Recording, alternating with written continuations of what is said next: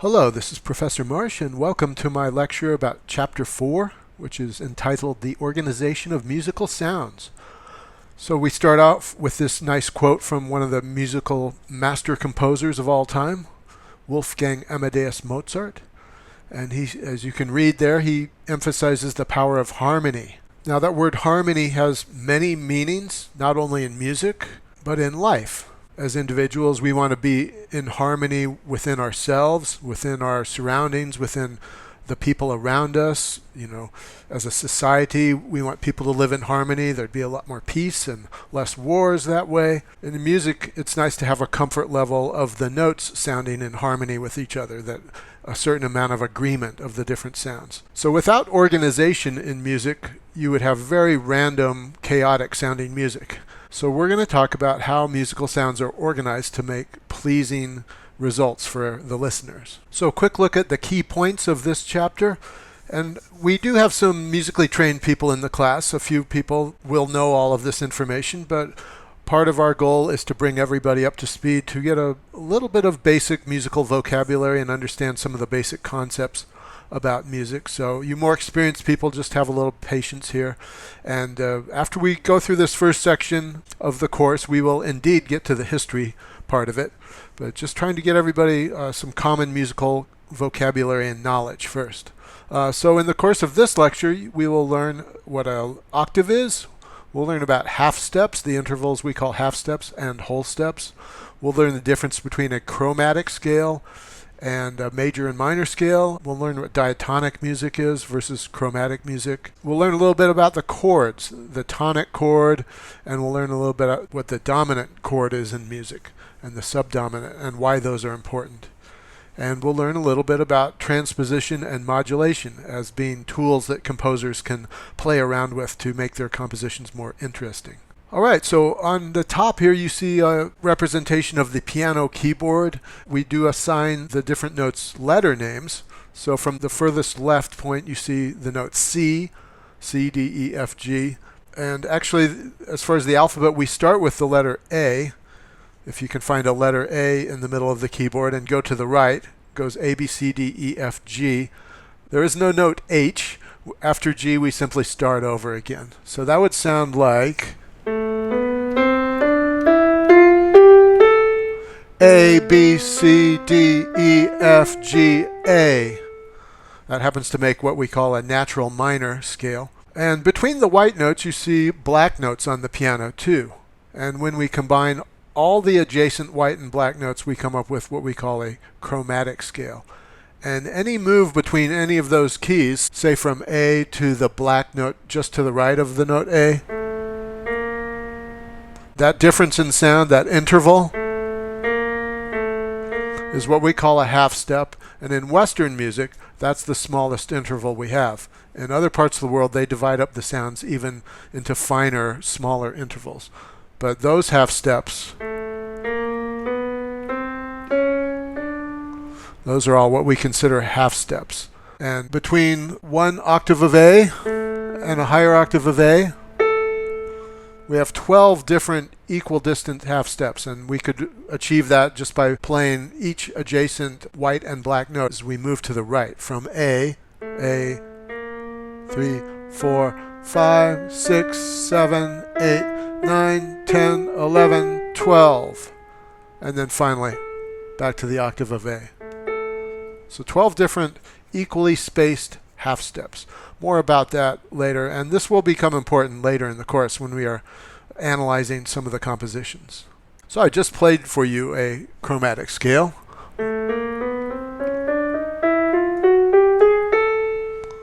There it is.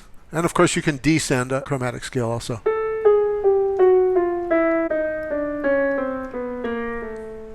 And as it says there, the chromatic scale includes all of the white and black keys between notes that are an octave apart. Now the naming of the notes, I'll give you the note A here. Everybody can hear that. If I move down from that A to the left, one note to the left, which is a black note, if I go A to that note, you notice all the black notes can have two possible names. If I'm referring to that black note from the reference of A, because I'm lowering the pitch, I would call that A to A flat. But if I start on G and go to the right upwards in pitch, G upwards, I would probably call that G sharp from the reference point of G. So it's true that all the black notes have two possible names. So we've learned what half steps are. If from the note A, I skip that black note and I go right to the note B, if you listen carefully, that's a slightly larger difference in pitch. A, B, A, B, as opposed to A, B flat, A, B. So the move from A to B is what we call a whole step, which is composed of two half steps. One half step and then another half step gives us a whole step sound. So it's just a different sound, and half steps and whole steps become important when we start to form scales. Now we will revisit the idea that music is built around a central tonality that has a certain amount of musical gravity that influences the other notes around it. This lesson will be about the most that we get into music theory, but it is important to understand some of these concepts as we move forward. So if the starting position is C, then I'm going to be in the key of C major. If my starting position is F sharp, then that's going to be the key of the music. That's the central sound around which the piece of music is built. And then now that you know what whole steps and half steps are, we'll look at the formula for a major scale. You can do a major scale very simply on the piano if you only play the white notes on the piano, starting on the note C. C.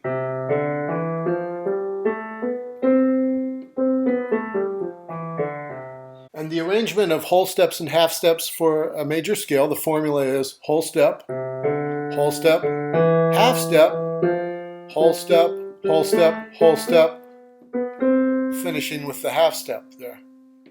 That's the formula for the major scale. So that first note, C, is the tonic. That note has special importance. We call it the tonic. If we build a chord around that note, that gives us the tonality of C major. Other pitches within that scale have different amounts of either resolution and stability, or other tones are known as active tones, and they want to move. They want to move, especially the seventh note, we hear that. 1, 2, 3, 4, 5, 6, 7. It wants to move up 8. Our ear feels somewhat satisfied when we arrive from the 7th degree of the scale to the 8th. 2, 3, 4, 5, 6, 7, 8. And the other really important note in the major scale is the fifth note. 1, 2, 3, 4, 5. We call that the dominant note. And when you build a chord upon that note, it has a tension function in the music. The dominant chord gives us a feeling of needing to resolve back to the tonic.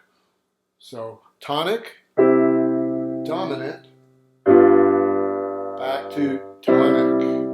Let's do that again. Hear how stable, unresolved, and tension-filled, back to the tonic for a satisfying release there. Here we have a very simple example of tonic and dominant in action with a very simple song, a Christmas song.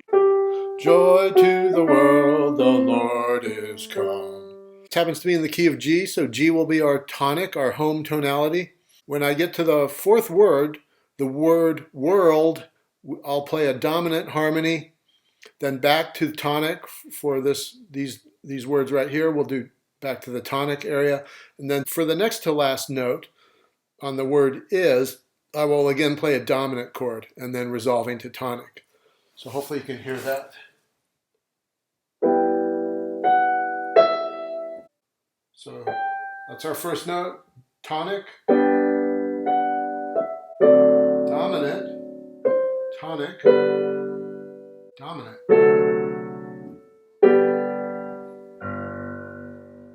And ending on tonic. Now to construct a minor scale, the arrangement of the whole steps and the half steps is different. For a major scale, we have whole step, half step. So whole step, half step. For a minor scale, we go whole step and immediately to the half step. So that gives us a completely different sound. In the second half of the scale, the arrangement of the whole steps and half steps is also different.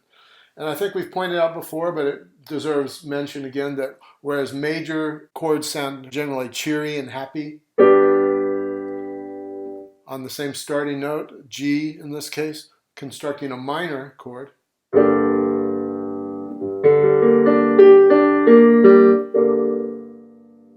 sounds more somber, sad, melancholy, those kinds of things. So for those who might really be interested, here we have written out on music notation the C major scale with the arrangement of whole steps and half steps, and then down here the C natural minor scale, also with the whole steps and half steps.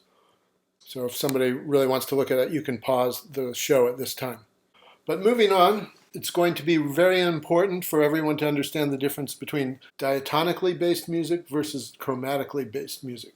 So basically, diatonic music is going to sound a lot more smooth to you, more smoothly connected. That's because diatonic music is when the vast majority of notes are very much connected to the starting tonality or the starting key of a piece of music. So for instance, this little progression in the key of C, that's a C. So if I go,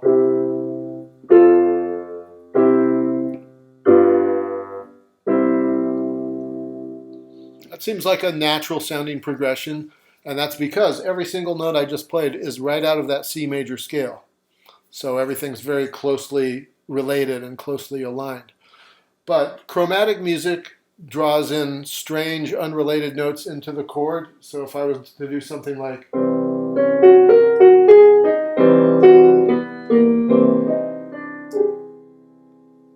that just sounds very weird because the notes I was playing in my right hand were completely unrelated to the chord C that I was playing in the left hand. But chromaticism, when used sparingly and with a sense of taste, can introduce interesting tension into the music, which then can be resolved into nice sounding chords. And so all composers use some elements of chromaticism to heighten the tension sometimes. And then some very modern composers, who we'll get to later in the semester, made extensive use of chromaticism. Now you can think of these different types of scales and different sounding chords, like the major chord, minor chord, as different flavors in music. Just like a gourmet cook, a gourmet chef would have different spices and flavors to prepare a delicious meal. Composers use these different scale sounds and chord sounds, tonality sounds, to create interesting and delicious music, if you will. So the major and minor scales and chords are the most prolific in Western music, but there are other possibilities too. And some of these other scales that I'm going to show you are extensively used in other parts of the world. First of all, the pentatonic scale, as the name implies, only uses 5 notes. It sounds like this. 1, 2, 3, 4, 5. 2, just 5 notes. It's used a lot in Asian music. On the left part of this slide, you see some traditional Japanese musicians. And if I was to just improvise something with those tones right there, I could come up with something that sounded kind of stereotypically Asian.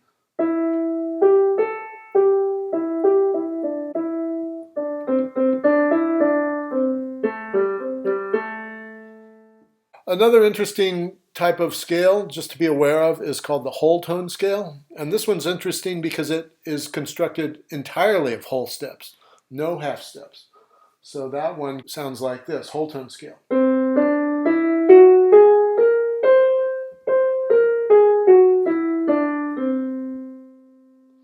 And believe it or not, you've all heard that in a very popular piece of music, the Simpsons theme. I'll point out when it comes up, when you go.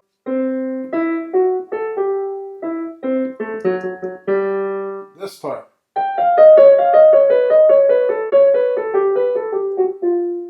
And then we should be aware of what we mean by microtones. Microtones are used in other parts of the world, such as Arabic music, like the musicians you see on the right side here. And they can divide up their musical pitches into smaller intervals than our smallest interval, which is the half step.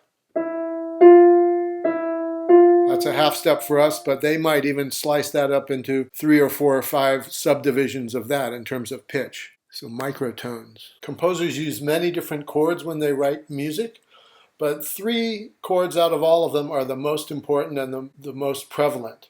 These are 3 chords that seem to have a lot of power in the music, And of course, the first one would be the tonic chord, built on the first degree of a scale. Tonic chord. The dominant chord built on the 5. 1, 2, 3, 4, 5. And also the chord built on the 4th degree of the scale. 1, 2, 3, 4 is very important. And we call that the subdominant chord. And just using those 3 chords alone, chords built on the 1st note, the 4th note, and the 5th note of the scale, make up the basic 12-bar blues progression. It's the basis of a lot of rock and roll songs, especially early rock, like Elvis Presley, Little Richard, Chuck Berry, those artists. And then in a progression, tonic, subdominant, dominant, back to tonic. Makes for a very nice chord progression. Composers often change their song into a new key. For instance, we could start the song in the key of C, say.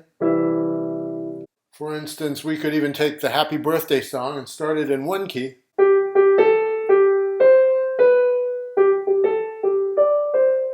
But maybe now I want to start it in a different key. And how about even a different key?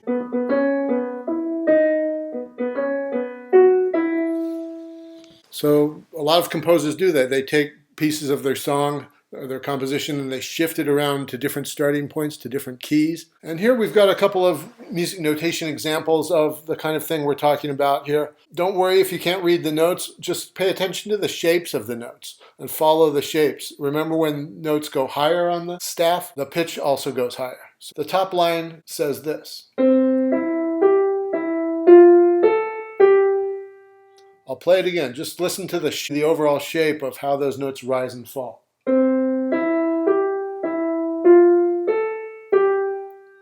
Now the second line, they've taken that same melody, that same shape, and instead of starting it on this note, we're going to start it on that note. So the original was the new transposed melody. And then the last line is taking that original shape of music, but transposing it to a minor key, and yet a different starting place. And now that gives us... Sounds a little bit different. And finally, if I play these 3 phrases back to back, the original and then the 2 transpositions, you'll get a sense of how it can work in a composition. So here we go.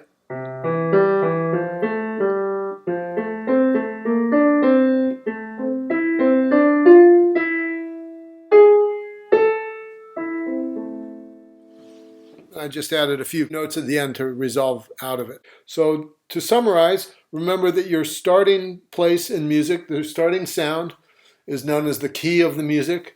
That's the home tonality. It gives the listener a feeling of home base from which the composer can depart and take you further away on a journey, perhaps modulate to new keys, but eventually to resolve out of that tension build up, they can return to the original key. So that process is like a musical journey, an adventure, and then it feels very satisfying when the composer finally comes back to your home base, your starting point, your original key and tonality.